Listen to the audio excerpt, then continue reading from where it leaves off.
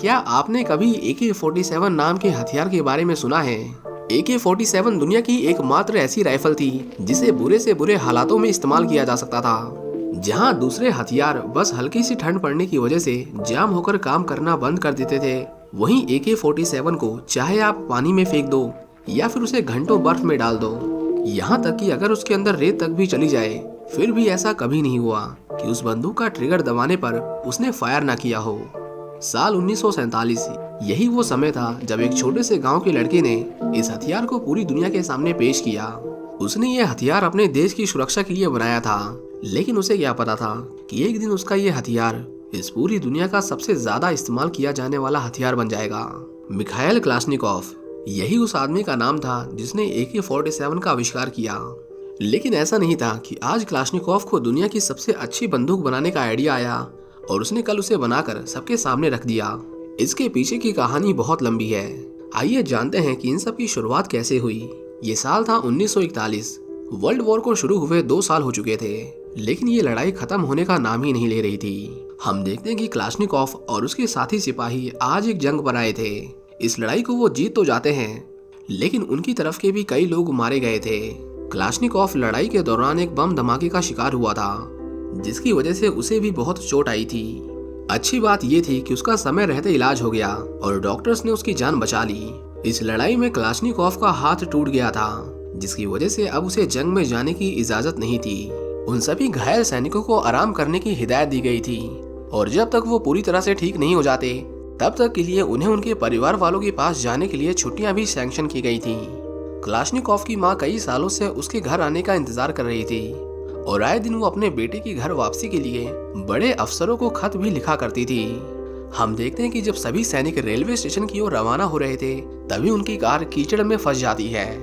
पहिया काफी गहराई में फंस गया था और उन्हें समय रहते अपनी ट्रेन भी पकड़नी थी। क्लाश्निकोव अपने सीनियर से कहता है कि उसे पास में एक गाँव दिख रहा है, क्यों ना गाँव के लोगों से मदद मांगे, क्या पता उनके पास बैलगाड़ी या फिर कोई साधन हो। वो गाँव उनसे बस कुछ ही मीटर दूर था, इसलिए वो दोनों पैदल ही आगे बढ़ने लगते हैं। क्लाश्निकोव की नजर उसके सीनियर के कंधे पर लटकी हुई एक नए हथियार पर पड़ती है, जो एक मशीन गन थी। वो अपने सीनियर से पूछता है कि ये आपका नया वाला हथियार कैसा काम करता है, क्या ये मेरी वाली बंदूक से बेहतर है। उसका सीनियर उसे कहता है कि अरे कोई बात नहीं, अगले महीने से उन्हें भी इन्हीं बंदूकों का इस्तेमाल करना है। और बात रही भरोसे की, तो मैंने भी कभी से जंग में इस्तेमाल नहीं किया। देखते हैं, अगर ये वहाँ पर अच्छे से काम की तो हम शायद दोबारा मिलें, और अगर ये नहीं चली तब भी हमें कभी ना कभी तो मिलना ही है। गांव में जाने से पहले वो क्लाश्निकोव को एक पिस्टल देता है और उसे कहता है कि वो उसे 50 मीटर की दूरी बनाए रखे। बाहर से देखने पर वहाँ सब कुछ ठीक लग रहा था, लेकिन असल में उस गांव में वहाँ पर उनके दुश्मन सैनिक दुबक कर बैठे हुए थे। वो उन दोनों पर गोलियां चलाते हैं और अपने बच बचाव में क्लाश्निकोव भी उन्हें शूट कर देता है। लेकिन हम देखते हैं कि जिस मशीन गन के बारे में वो कुछ देर पहले बात कर रहे थे, वो कुछ राउंड्स फायर करने के बाद जाम हो जाती है।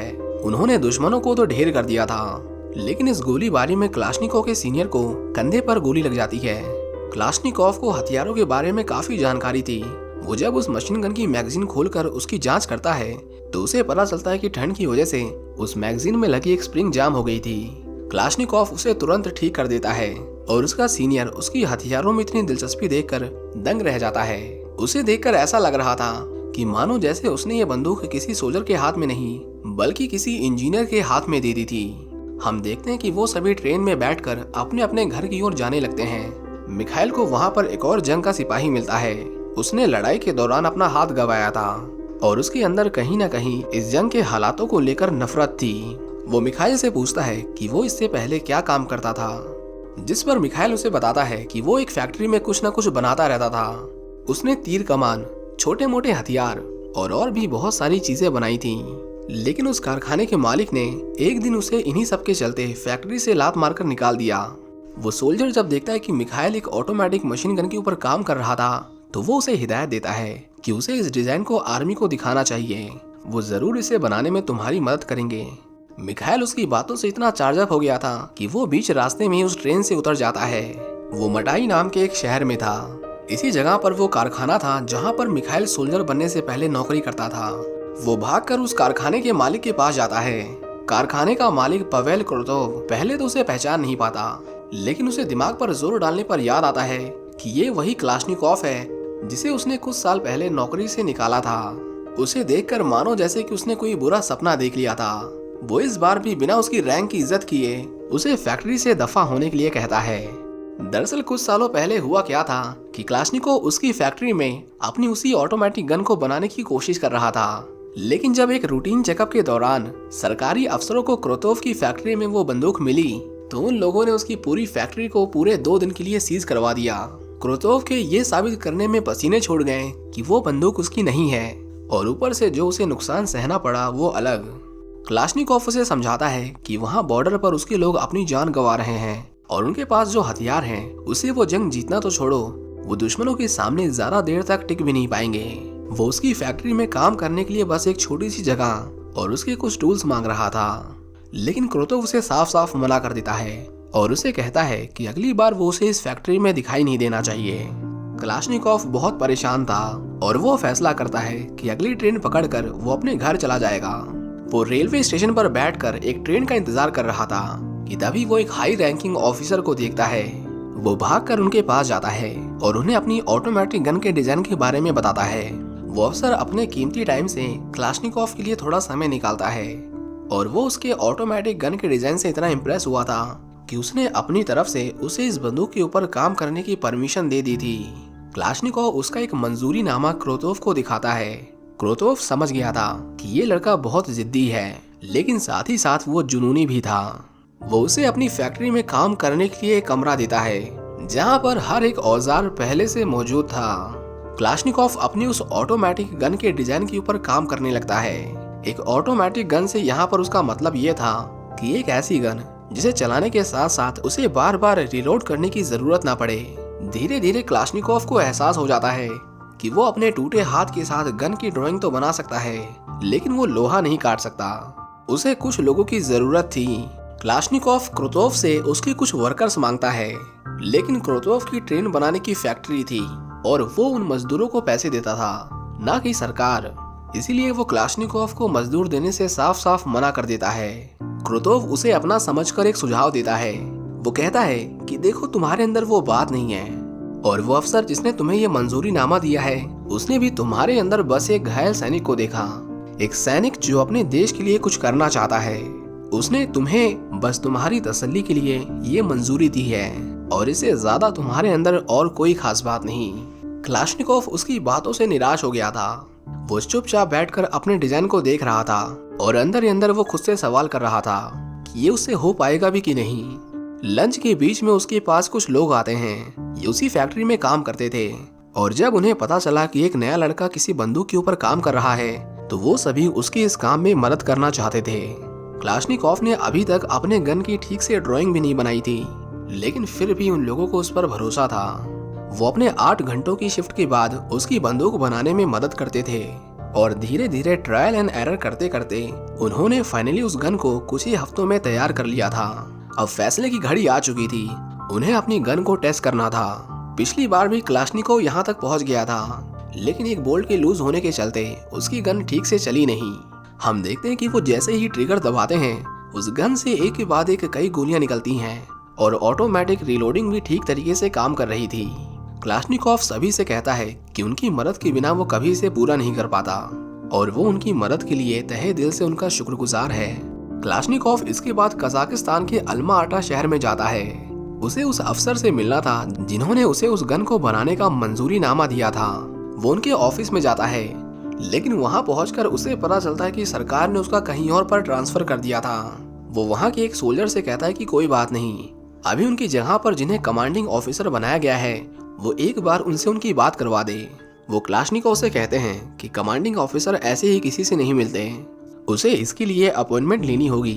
क्लाशनिकोव उन्हें अपनी गन दिखाकर कहता है कि उसका उनसे मिलना बहुत जरूरी है, ये नेशनल सिक्योरिटी का मामला है। अब नेशनल सिक्योरिटी तक तो ठीक था, लेकिन सरकारी परिसर में उसका गन दिखाना उसे भारी पड़ जाता है।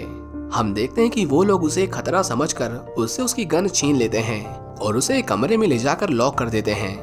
कुछ देर बाद वहां पर कमांडिंग ऑफिसर आते हैं। उन्हें पता चलता है कि कोई लड़का है जो अंदर हथियार लेकर घुसने की कोशिश कर रहा था। उन्हें कुछ जरूरी काम था, इसलिए वो उस दिन क्लाशनिकोव से नहीं मिलते, लेकिन उन्होंने उसकी बंदूक को अपने पास रख लिया था। इस तरह की बंदूक उन्होंने पहले कभी नहीं देखी थी। वो देखना चाहते थे कि इसमें ऐसी क्या खास बात है कि क्लाशनिकोव नाम का ये लड़का इसे सीधा उसके ऑफिस में ले आया।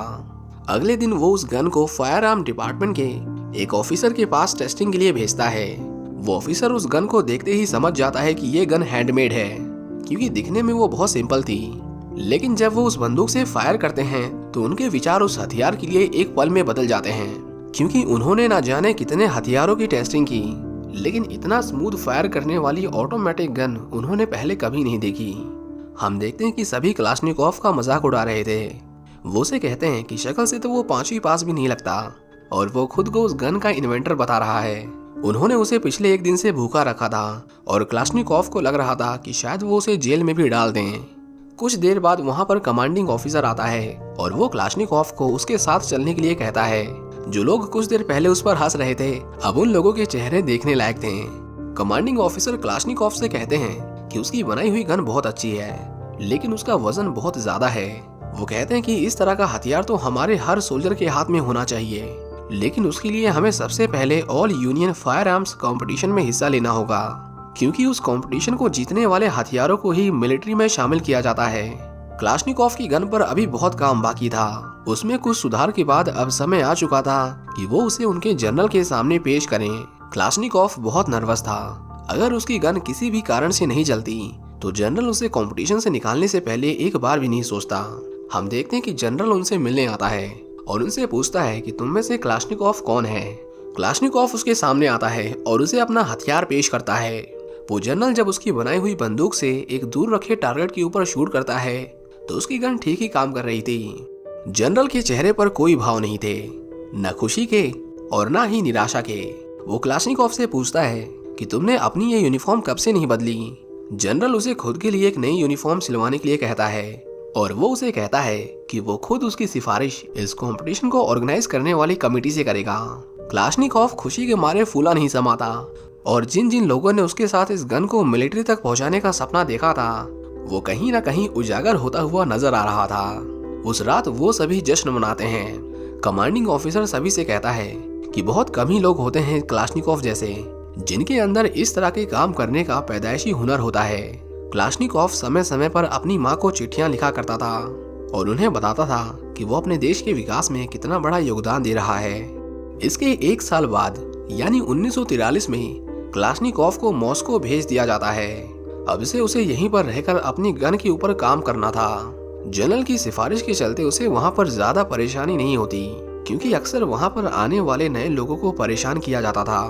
हम यहाँ पर एलेक्स नाम के एक और वेपन डिजाइनर को देखते हैं। वो भी इस कंपटीशन में हिस्सा ले रहा था और वो अक्सर क्लाशनिकोव की गन का मजाक उड़ाता रहता था। हम देखते हैं कि क्लाशनिकोव को वहाँ पर सभी से इंट्रोड्यूस करवाया जाता है। एक ऑफिसर उसे उसका वर्कशॉप दिखाता है और कहता है कि तुम इसे अपना ही घर समझो। लेकिन तभी तक जब तक ये कंपटीशन खत्म नहीं हो जाता वो उससे उसकी गन की टेक्निकल ड्राइंग्स मांगता है। लेकिन क्योंकि क्लाशनिकोव इतना पढ़ा लिखा नहीं था इसीलिए उसे नहीं पता था कि टेक्निकल ड्राइंग्स क्या चीज होती हैं। उसके पास तो बस उसकी बेसिक ड्राइंग्स थी। क्लाशनिकोव जब लंच कर रहा था तो एक लड़की उसके पास आती है। इस लड़की का नाम कैटरीना था। उसे टेक्निकल ड्राइंग्स बनाने में महारत हासिल थी और उसे क्लाशनिकोव की मदद के लिए भेजा गया था। क्लाशनिकोव को पता चलता है कि उस कंपटीशन में वसीली देख्तरोव के बनाए हुए हथियार भी हिस्सा ले रहे थे। क्लाशनिकोव उन्हें अपना गुरु मानता था, क्योंकि रशियन मिलिट्री के आधुनिक हथियारों में उनके जितना योगदान शायद ही किसी ने दिया होगा। कैटरीना उसकी वर्कशॉप पर आती है और उसके वेपन के एक एक पार्ट्स का नाप लेकर उनकी टेक्निकल ड्राइंग्स बनाने लगती है। क्लाशनिकोव उसे डिस्टर्ब नहीं करना चाहता था, इसीलिए वो बाहर चला जाता है। लेकिन वो खिड़की से झांक झांक कर उसे फिर भी देख रहा था। वो ऐसा इसलिए कर रहा था क्योंकि उसे सीखना था कि टेक्निकल ड्राइंग्स कैसे बनाते हैं। लेकिन कैटरीना ने उसे उससे बात करने के लिए मना किया था। इसी तरह कुछ दिन बीत जाते हैं। सारे काम खत्म हो चुके थे और कंपटीशन की डेट भी काफी नजदीक थी। क्लाशनिकोव कैटरीना से कहता है कि अगर वो नहीं जीता तो पता नहीं कब उसे दोबारा उससे मिलने का मौका मिले। वो कैटरीना से पूछता है कि क्या आज रात वो उसे उसके घर छोड़ सकता है। कैटरीना को इससे कोई एतराज नहीं था। वो दोनों एक साथ पैदल पैदल घर की ओर जाने लगते हैं। रास्ते में उन्हें कुछ सोल्जर्स दिखते हैं। वो सभी जश्न मना रहे थे। उनमें से एक ऑफिसर कैटरीना से डांस के लिए पूछता है। कैटरीना उसे कहती है कि उसे कोई दिक्कत नहीं, लेकिन उसे एक बार क्लाशनिकोव से भी पूछना होगा, क्योंकि आज वो उसकी डेट है। क्लाशनिकोव दिल पर पत्थर रखकर उन दोनों को डांस करने देता है। डांस के बाद वो ऑफिसर कैटरीना से उसे उसके घर भी छोड़ने की परमिशन मांगता है। क्लाशनिकोव का ये सुनकर पारा थोड़ा गर्म हो गया था। वो उससे बहस करने लगता है, लेकिन उन दोनों को इस तरह एक दूसरे से लड़ता हुआ देख कैटरीना उन दोनों को छोड़कर चली जाती है। क्लाशनिकोव पीछे पीछे उसके घर तक आता है और वहां जाकर उसे पता चलता है कि कैटरीना की एक बेटी भी थी। वो उसे उसके हस्बैंड के बारे में ज्यादा कुछ नहीं बताती, पर हाँ, अब वो उसके साथ नहीं रहता था। अगले दिन कॉम्पिटिशन्स के रिजल्ट सुनाए जाते हैं और इतनी दूर आने के बाद क्लाशनिकोव को पता चलता है कि वो इस कंपटीशन को हार गया था। एलेक्स उसका मजाक उड़ा रहा था, पर वो इस बात को सीधे तौर पर नहीं कहता। क्लाशनिकोव अब टूट गया था, इसीलिए वो अपने सीनियर से उसे वापस बॉर्डर भेजने की जिद करता है। सीनियर्स उसे समझाते हैं कि देखो, यहाँ तक पहुँचना भी कोई छोटी बात नहीं है। उसे इस तरह हिम्मत हारने की जरूरत नहीं, क्योंकि कुछ ही महीनों में फिर से एक नया कंपटीशन होने वाला है और इस बार उन्हें एक हल्के वजन वाले बंदूक की जरूरत है।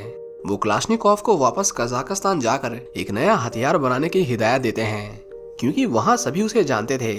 एक वही तो था जो उन्हें इतना आगे तक लेकर आया था। क्लाशनिकोव वापस कजाकिस्तान जाता है। उसके सभी पुराने लोग उससे मिलकर बहुत खुश थे, लेकिन जनरल उससे अपनी थोड़ी नाराजगी जाहिर करता है, क्योंकि मॉस्को से वापस लौटकर वो पता नहीं क्यों, लेकिन अपने काम के लिए पहले जितना सीरियस नहीं था। इसके बाद वो दोबारा से एक नई गन के ऊपर काम करना शुरू करते हैं, उसी फैक्ट्री में उन्हीं लोगों के साथ जिनके साथ मिलकर उसने अपनी पहली गन बनाई थी। बीच बीच में क्लाशनिकोव कैटरीना को खत भी लिखा करता था। उसे कैटरीना के साथ बिताए हुए पल याद आ रहे थे। वो उसे लिखता है कि वो उससे मिलना चाहता है, पर कैटरीना का सामने से जवाब आता था कि वो उसके पास नहीं आ सकती। अगर उसे उससे मिलना है तो वो अपने काम को पूरा करे और जल्दी से यहाँ आ जाए। हम देखते हैं कि उन्होंने पूरी गन बना डाली थी। एक ऑफिसर मॉस्को से खास क्लाशनिकोव से मिलने आया था और उसका काम था उसे उस गन के साथ सही सलामत कजाकिस्तान से मॉस्को पहुंचाना। 1941 से शुरू हुई ये भागदौड़ देखते देखते 1943 तक भी खत्म होने का नाम नहीं ले रही थी। क्लाशनिकोव जब रेलवे स्टेशन पर अपनी ट्रेन का इंतजार कर रहा था, तभी उसके सामने एक दूसरी ट्रेन आकर रुकती है। उस ट्रेन से एक आदमी क्लाशनिकोव का नाम पुकार रहा था। क्लाशनिकोव जब उसे देखता है तो उसे याद आता है कि ये तो उसका भाई है। उसके भाई को ट्रेन में भरकर वो लोग कहीं ले जा रहे थे। एक तरह से उसके भाई को देशद्रोही की कैटेगरी में डाला गया था। अब एक ही धरती पर पैदा हुए दो सगे भाइयों में आखिर एक के साथ ऐसा क्यों किया जा रहा था, इसके पीछे का भी अपना एक अलग इतिहास है। लेकिन हाँ, क्लाशनिकोव उस ऑफिसर के सामने अपने भाई को पहचानने से इनकार कर देता है। वो अपने भाई से 8 साल बाद मिला था और अब शायद वो दोबारा उससे कभी ना मिल पाए। वो उसकी इस हालत के लिए बहुत दुखी था, पर वो आखिर करता भी क्या। उसके साथ का अफसर उन लोगों के बारे में भला बुरा बोल रहा था जो अपने देश से प्यार नहीं करते थे। इनडायरेक्टली क्लाशनिकोव का भाई भी उन्हीं लोगों में शामिल था। वो ट्रेन से उतरने के बाद अपने भाई के बारे में सोचकर बहुत दुखी था। वो गलती से गलत रास्ते की ओर चलने लगता है। उसका ध्यान रास्ते पर नहीं था, जिसकी वजह से उस ऑफिसर को उस पर गुस्सा आ जाता है। वो क्लाशनिकोव से कहता है कि रेलवे स्टेशन पर जो आदमी तुम्हें आवाज लगा रहा था वो तुम्हारा भाई है। मैंने उसे तुम्हें भाई कहते हुए सुन लिया था। बात बात में वो क्लाशनिकोव को भी देशद्रोही कह देता है और ये सुनकर क्लाशनिकोव आग बबूला होकर उसे मारने के लिए उस पर टूट पड़ता है। दरअसल वर्ल्ड वॉर 2 एक ऐसा दौर था जहां पर अगर आप अपने देश के लिए उस देश के लीडर से अलग सोच रखते थे तो बस इतना काफी होता था आप पर देशद्रोही का थप्पा लगाने के लिए। क्लाशनिकोव उस ऑफिसर से कहता है कि वो देशद्रोही नहीं है और आइंदा से उसके लिए ये शब्द इस्तेमाल भी मत करना। वो दोनों फैसला करते हैं कि वो उनकी इस लड़ाई के बारे में किसी को नहीं बताएंगे। हम देखते हैं कि क्लाशनिकोव मॉस्को पहुंचकर सबसे पहले कैटरीना से मिलने जाता है। वो दोनों एक दूसरे से मिलकर बहुत खुश थे और अब उन दोनों के बीच में नजदीकियां और भी ज्यादा बढ़ने लगी थीं। वो एक दूसरे से प्यार करने लगे थे। मॉस्को आने के कुछ ही दिन बाद उन सभी की एक मीटिंग बैठाई जाती है और आगे जो होने वाला है वो क्लाशनिकोव के हौसले को पूरी तरह से तोड़ने वाला था। सभी पार्टिसिपेंट जो हल्के वजन वाली बंदूक की कैटेगरी में हिस्सा ले रहे थे, उन्हें बताया जाता है कि कमीशन ने उन्हें टेस्टिंग से पहले ही डिस्क्वालीफाई कर दिया है। सोवियत यूनियन को मजबूत और टिकाऊ हथियारों की जरूरत आन पड़ी थी और अब इस तरह के हथियारों को कारखानों में बनाने की मंजूरी देना उनकी नंबर 1 प्रायोरिटी थी। क्लाशनिकोव की हिम्मत अब जवाब दे चुकी थी। वो उस दिन के फैसले को अपनी जिंदगी का सबसे घटिया फैसला मानता है। जब वो बीच रास्ते में उस ट्रेन से उतरकर उस कारखाने में गया था, वो सोचने लगता है कि अगर उसने ये नहीं किया होता तो आज उसकी जिंदगी इतनी बदतर ना होती। कम से कम वो अपनी माँ के पास तो होता। अगले दिन वो गुस्से में अपने डॉक्टर के पास जाता है। वो अब इन सब से तंग आ चुका था। क्लाशनिकोव अपने डॉक्टर से कहता है कि वो पूरी तरह से ठीक हो चुका है, उसे वापस बॉर्डर पर जाकर अपने देश के लिए ड्यूटी करनी है। डॉक्टर उसे उसका हाथ सीधा करने के लिए कहता है, लेकिन जैसा कि उसने क्लाशनिकोव को बताया था, हम देखते हैं कि उसका हाथ सीधा नहीं हो रहा था। क्लाशनिकोव मेडिकली फिट नहीं था, इसीलिए वो उसे रिजॉइन करने की परमिशन नहीं देता। ये साल था 1945 और हम सभी जानते हैं कि इस साल क्या हुआ था। उन सभी को अनाउंस किया जाता है कि वो लोग वर्ल्ड वॉर 2 जीत गए। सभी बहुत खुश थे। वो सभी अपने अपने घरों से बाहर निकलकर नाचने लगते हैं। ये दिन काफी ऐतिहासिक था, क्योंकि पूरे 6 साल चलने वाली इस लड़ाई में 7.5 करोड़ से भी ज्यादा लोगों ने अपनी जानें गंवाई थी। हम देखते हैं कि रशिया ने हथियारों की टेस्टिंग अब बंद कर दी थी और जो वेपन्स उस समय प्रोडक्शन में थे उन पर भी रोक लगा दी गई थी। क्लाशनिकोव अपने देश की इस जीत से खुश तो था, लेकिन साथ ही साथ उसकी इतने सालों की मेहनत पर एक पल में पानी फिर गया था। कैटरीना उसे कहती है कि कोई बात नहीं, तुम बहुत स्मार्ट हो, हम मिलकर एक मिक्सर मशीन बनाएंगे। और वो मजाक मजाक में कहती है कि हम उसका नाम रखेंगे AK-1। जंग के बाद जब सभी सैनिक अपने अपने घर जा रहे थे तो क्लाशनिकोव अपनी गन को एक कपड़े में लपेटकर उसे अपने सीनियर के पास लेकर जाता है। वो उनसे कहता है कि उसे पता है कि जंग खत्म हो चुकी है, लेकिन क्या उनकी इतने सालों की मेहनत की कोई कीमत नहीं, इसे बस ऐसे ही फेंक दिया जाएगा जैसे कि ये कभी बनाई ही नहीं गई थी। ये सुनकर उसका सीनियर क्लाशनिकोव को एक कॉन्फिडेंशियल लेटर दिखाता है। वो कहता है कि वैसे मैं इसके बारे में कल सभी को बताने वाला था, लेकिन तुम कुछ ज्यादा ही जोशीले हो। रशियन गवर्नमेंट ने उन्हें उन अनटेस्टेड वेपन्स पर आगे काम करने की मंजूरी दे दी थी। वो क्लाशनिकोव से कहता है कि तुम जो कर रहे हो उसे करते रहो, उसके लिए रास्ते अभी पूरी तरह से बंद नहीं हुए। क्लाशनिकोव ये जानकर बहुत घबराया हुआ था कि उसे आगे काम करने के लिए वसीली देख्तरोव की वर्कशॉप पर भेजा जा रहा था। क्लाशनिकोव इस कंपटीशन में उन्हें ही अपना सबसे मुश्किल कंपटीटर मानता था। उसे लगता था कि वो जीतने के लिए उसे ठीक से उनकी फैक्ट्री में काम नहीं करने देंगे। हम देखते हैं कि एलेक्स क्लाशनिकोव से मिलने आता है। वो विश्व युद्ध के दौरान घायल हो गया था और उसे भी अब जंग पर जाने की परमिशन नहीं थी। क्लाशनिकोव अपने गुस्से को इस बार दरकिनार करके एलेक्स से कहता है कि 1943 के कंपटीशन में उसकी बनाई हुई गन मेरी गन से बेहतर थी। एलेक्स ये सुनकर हंसने लगता है। वो कहता है कि हाँ मुझे पता है, लेकिन अब उसका कोई फायदा नहीं, क्योंकि अब लड़ाई खत्म हो चुकी है और वो गन अब तुम्हें सिर्फ म्यूजियम में देखने को मिलेगी।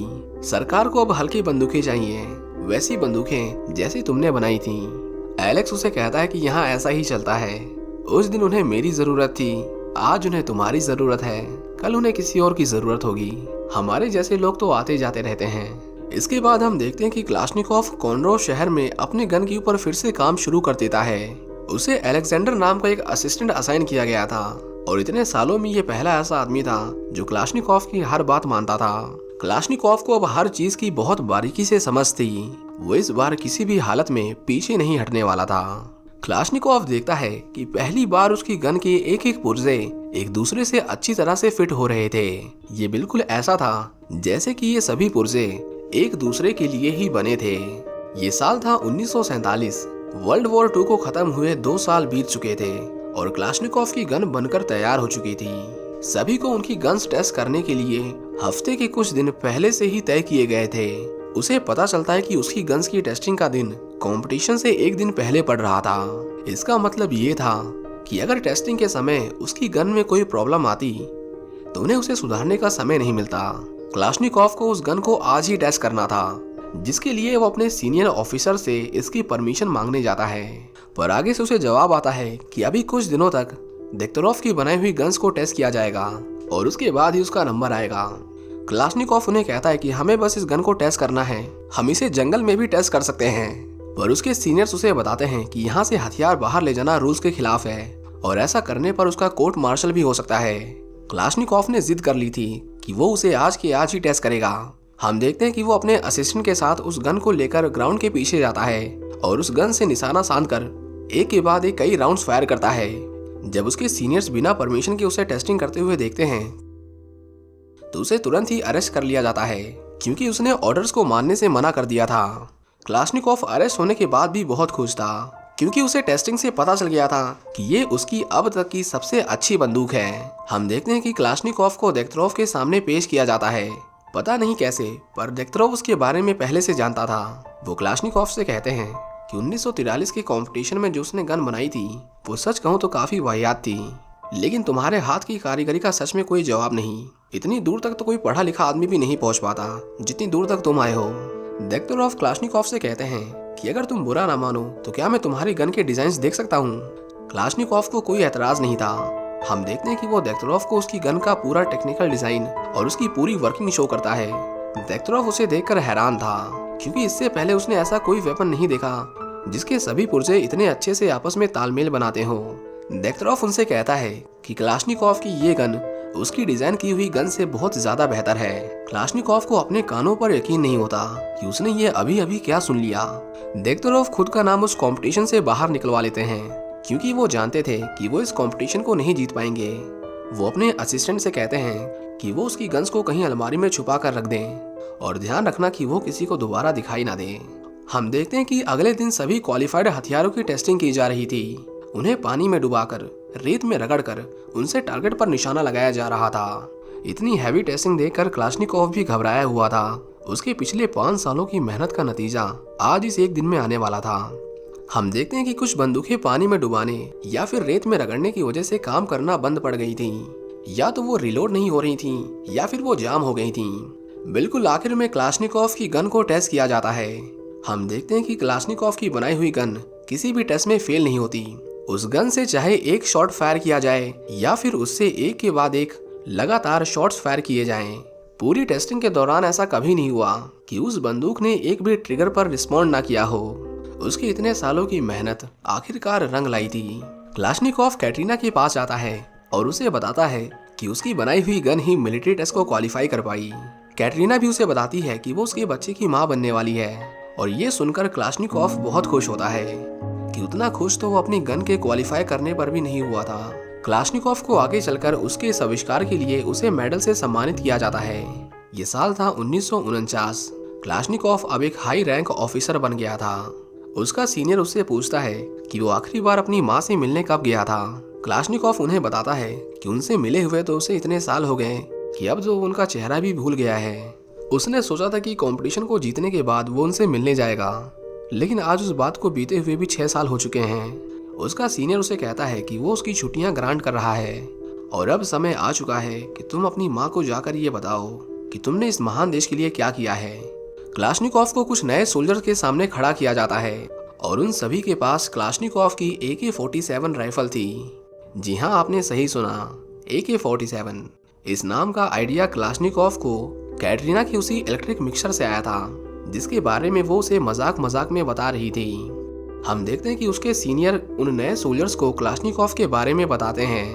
वो उन्हें कहते हैं कि ये वही महान आविष्कारक हैं जिनकी बनाई हुई बंदूकें आज आप सभी इस्तेमाल कर रहे हैं। सभी सोल्जर्स क्लाश्निकोव को सल्यूट करते हैं और क्लाश्निकोव भी उन्हें देखकर मुस्कुराता है। इसके बाद हम देखते हैं कि क्लाश्निकोव कैटरीना और अपने 2 बच्चों के साथ अपने गांव अपनी माँ से मिलने जाता है।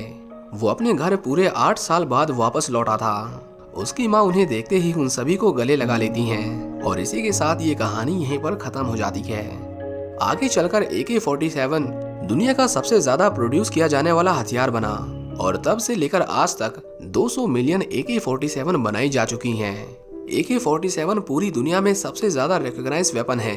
यहाँ तक कि बच्चे भी सिर्फ उसकी तस्वीर देखकर इस राइफल का नाम बता सकते हैं।